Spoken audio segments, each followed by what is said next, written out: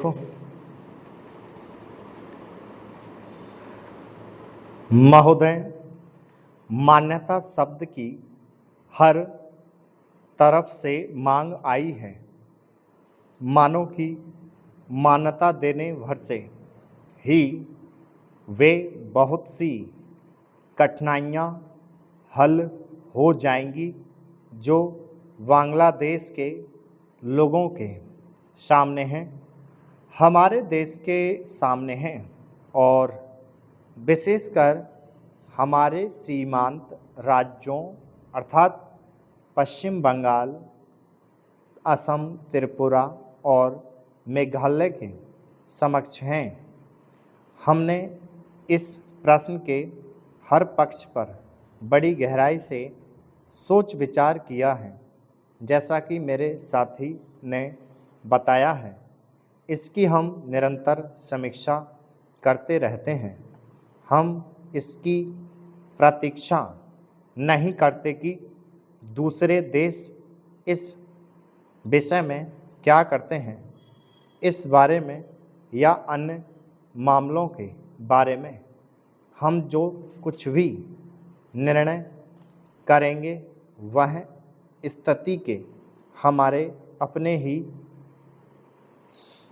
स्वतंत्र मूल्यांकन के अनुसार और इस बात को ध्यान में रखकर होगा कि हमारे हित व्यापक अर्थ में किस तरह पूरे होते हैं।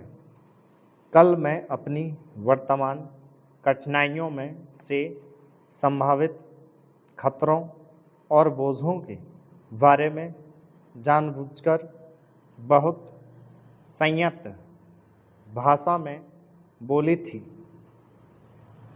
वह इस कारण नहीं कि मैं बोझों या खतरों से आज या कभी डरी हूँ, बल्कि इस कारण कि मैं चाहती हूँ कि माननीय सदस्य इन सब विषयों पर गहराई से विचार करें।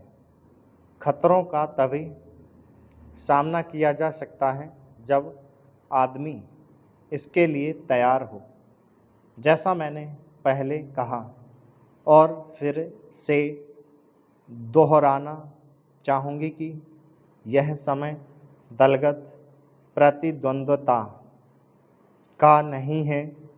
हम सबको मिलकर एक साथ खड़े रहना चाहिए और हमारे सामने जो अधिक काम हैं उनमें एक दूसरे की सहायता करनी चाहिए।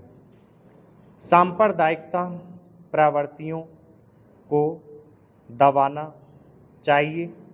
मेरे विचार में सब पार्टियों को सहायता करनी चाहिए कि बांग्लादेश और शरणार्थियों का प्रश्न सांप्रदायिक स्तर तक ना गिरने पाए, बल्कि अपने सही स्तर पर ही बना रहे जो राष्ट्रीय और अंतर्राष्ट्रीय स्तर है।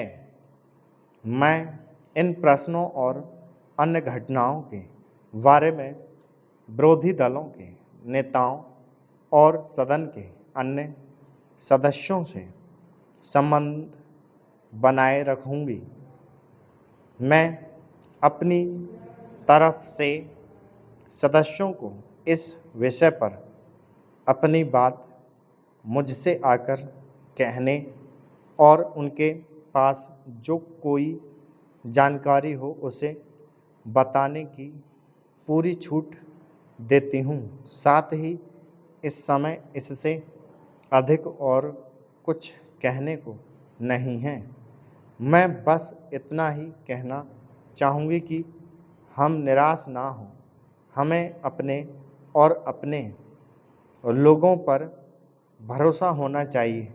हमें बांग्लादेश की वीर जनता और अपने अधिकारों के लिए लड़ने के संकल्प पर भरोसा होना चाहिए। जब किसी देश के सामने बड़े बड़े प्रश्न उपस्थित होते हैं तो उनमें से कुछ बातों पर मतभेद है।